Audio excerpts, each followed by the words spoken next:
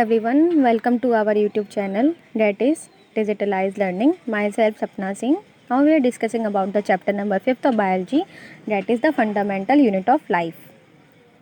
हम इस चैप्टर के अंदर कौन कौन से टॉपिक कवर करने वाले हैं ये हम एक एक करके देखेंगे।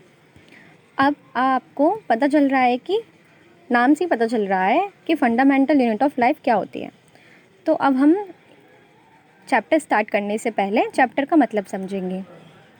सबसे पहले हम फंडामेंटल वर्ड का मतलब समझेंगे कि फंडामेंटल वर्ड का मतलब क्या होता है।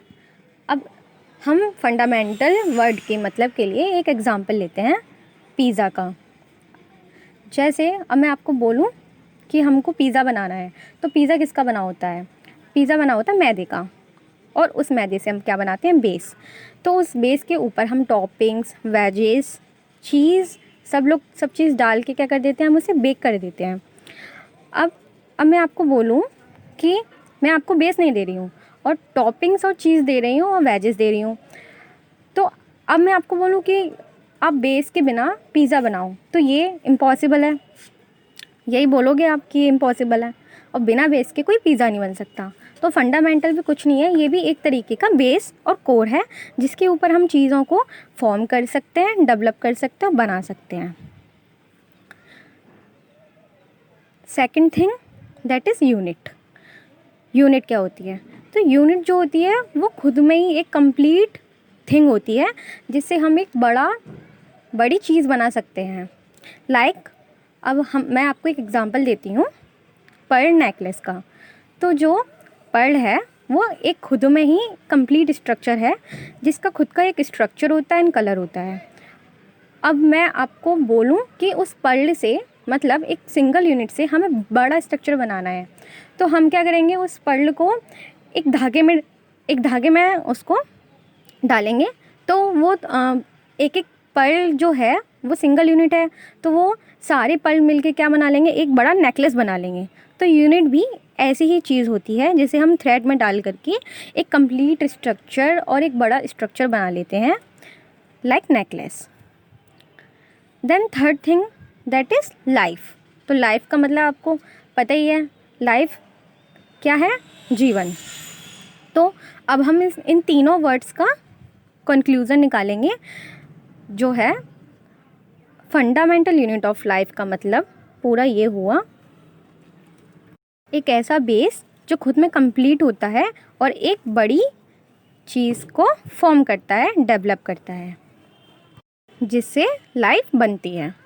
बोलूं कि ये प्लांट है और ये लिविंग है, तो आप बता सकते हो कि ये किससे बना हुआ है? ये एक सेल से बना हुआ है, क्योंकि सेल जो है वो एक लिविंग थिंग ही है, और सारे लिविंग ऑर्गेनिज्म जो होते हैं वो सेल से बने होते हैं। अब कुछ लिविंग ऑर्गेनिज्म जो होते हैं वो यूनिसेलुलर होते हैं, और कुछ जो होते हैं मल्टी सेलुलर होते हैं।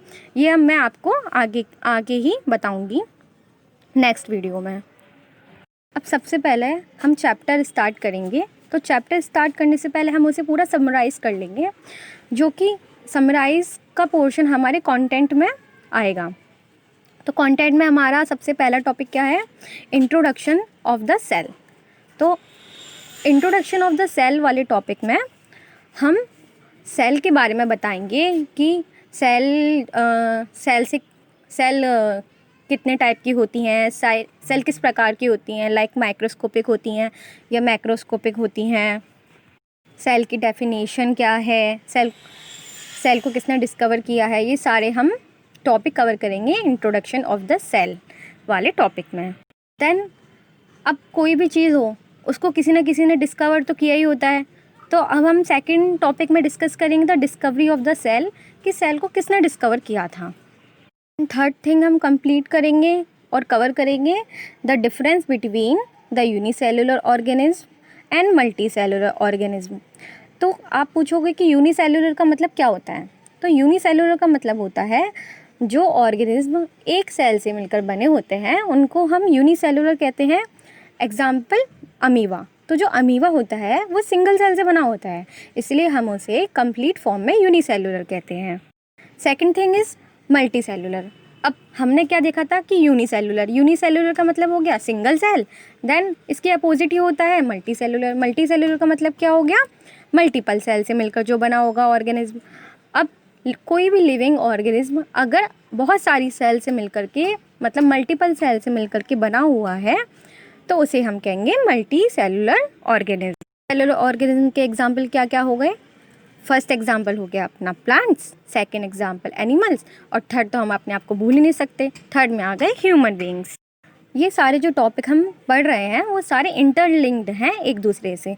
लाइक इंट्रोडक्शन, अब इंट्रोडक्शन के बाद कौन सा आया? डिस्कवरी। डिस्कवरी के बाद क्या पढ़ा हमने? Difference between the unicellular and the multicellular. और फोर्थ टॉपिक है इसी का, difference between the prokaryotic and the eukaryotic. अब ये डिफरेंस किसके बेसिस पर है? ये डिफरेंस है हमारा न्यूक्लियस के बेसिस पर। तो आप पूछोगे कि प्रोकैरियोटिक का मतलब क्या होता है और यूकैरियोटिक का मतलब क्या होता है। तो मैं आपको बताती हूँ कि प्रो का मतलब होता है प्रिमिटिव, कैरियोटिक का मतलब होता है न्यूक्लियस। तो प्रोकैरियोटिक का टोटल मीनिंग क्या हुआ अपना? Primitive nucleus. ऐसे ही इसके अपोजिट हम लेंगे यूकैरियोटिक। अब यूकैरियोटिक का मतलब क्या हुआ? यू का मतलब हो गया ट्रू, कैरियोटिक का मतलब हो गया न्यूक्लियस। ओवरऑल हम क्या कहेंगे इसको? The true nucleus. कुछ ऑर्गेनिज्म ऐसे होते हैं जो प्रोकैरियोटिक होते हैं, कुछ ऐसे होते हैं जो यूकैरियोटिक होते हैं। मैं आपको आगे वाली वीडियो में समझाऊंगी। फिफ्थ टॉपिक है हमारा स्ट्रक्चर ऑफ द सेल। अब कोई भी चीज़ है उसका एक स्ट्रक्चर तो होता ही है, तो हम उसको बाहर से देखेंगे तो उसका पता चलेगा कि उसकी शेप कैसी है, वो किस साइज़ की है। तो यही हम स्ट्रक्चर ऑफ द सेल में कवर करेंगे। द सेल में हम बाहर से अंदर की तरफ चलते हैं, ठीक है। तो पहला क्या है, जैसे कोई भी आउटलाइन लेंगे तो एक आउटलाइन हम किसी भी चीज़ की स्ट्रक्चर या कुछ भी बनाते हैं तो हम सबसे पहले उसका क्या बाहर की एक मतलब बाउंड्री टाइप बना देते हैं। तो सबसे फर्स्ट जो होगी बाहर की लेयर वो होगी सेल मेम्ब्रेन और सेल वॉल। सेकंड थिंग, हम बाहर से अंदर आएंगे तो हमें मिलेगी न्यूक्लियस। न्यूक्लियस के बाद थर्ड होगा साइटोप्लाज्म, फोर्थ होगा सेल ऑर्गेनेल्स, और फिफ्थ होगा सेल का शेप, साइज एंड काउंट। तो सबसे पहले हम पढ़ लेते हैं सेल ऑर्गेनेल्स के बारे में। सेल ऑर्गेनेल्स भी अलग अलग टाइप के होते हैं सेल्स के अंदर, like endoplasmic reticulum, Golgi apparatus, mitochondria, vacuoles, lysosomes and plastids. अब जो हमारी सेल होती है तो उसके शेप्स अलग अलग होते हैं, साइज़ अलग अलग होते हैं, काउंट मतलब नंबर अलग अलग होते हैं। तो ये सब हम इसी चैप्टर में डिस्कस करेंगे आगे। एंड हमारा नेक्स्ट टॉपिक क्या है? The difference between the plant and the animal cell. इस टॉपिक में हम कवर करेंगे कि प्लांट सेल किससे मिलकर बनी हुई होती है और एनिमल सेल किससे मिलकर बनी हुई होती है। देन अब हम पहला टॉपिक उठाएंगे जो है introduction of the cell. Now friends, अब मैं आपसे पूछूं कि सेल क्या होता है, तो आप क्या जवाब दोगे? आप आंसर करोगे कि दुनिया का कोई भी लिविंग ऑर्गेनिज्म मतलब कोई भी ऑर्गेनिज्म तो उसकी लाइफ किससे स्टार्ट होती है? तो वो सेल से स्टार्ट होती है। तो अब मैं अपने आप को मतलब हम ह्यूमन बीइंग्स हैं तो अब मैं खुद को एक लिविंग ऑर्गेनिज्म मानती हूँ। तो मैं अब खुद को एग्जामिन करूँगी हेड टू टो। तो मेरी हेड टू टो पूरी बॉडी और पूरा बॉडी का स्ट्रक्चर किससे मिलकर के बना हुआ है? वो एक सेल से मिलकर के बना हुआ है। तो आप कह सकते हैं कि सेल क्या है? Cell is the building block of my life. It is the basic structure, functional and fundamental unit of life. तो अब हम देखेंगे कि जैसे हमारे अर्थ में वैरायटी ऑफ लिविंग ऑर्गेनिज्म है, तो उन्हीं वैरायटी ऑफ लिविंग ऑर्गेनिज्म से हमारी अर्थ जो है वो ऑक्यूपाइड है। तो हम रीड करेंगे like earth is occupied by variety of living organism. और लिविंग ऑर्गेनिज्म कैसे होते हैं, किस प्रकार के दिखते हैं, कितने टाइप्स होते हैं, तो वो हम डिस्कस करेंगे। लाइक लिविंग ऑर्गेनिज्म जो होते हैं वो दो टाइप के होते हैं। First is microscopic, second is macroscopic. Microscopic का मतलब क्या होता है? तो माइक्रो मतलब होता है छोटा और स्कोपिक का मतलब होता है देखना।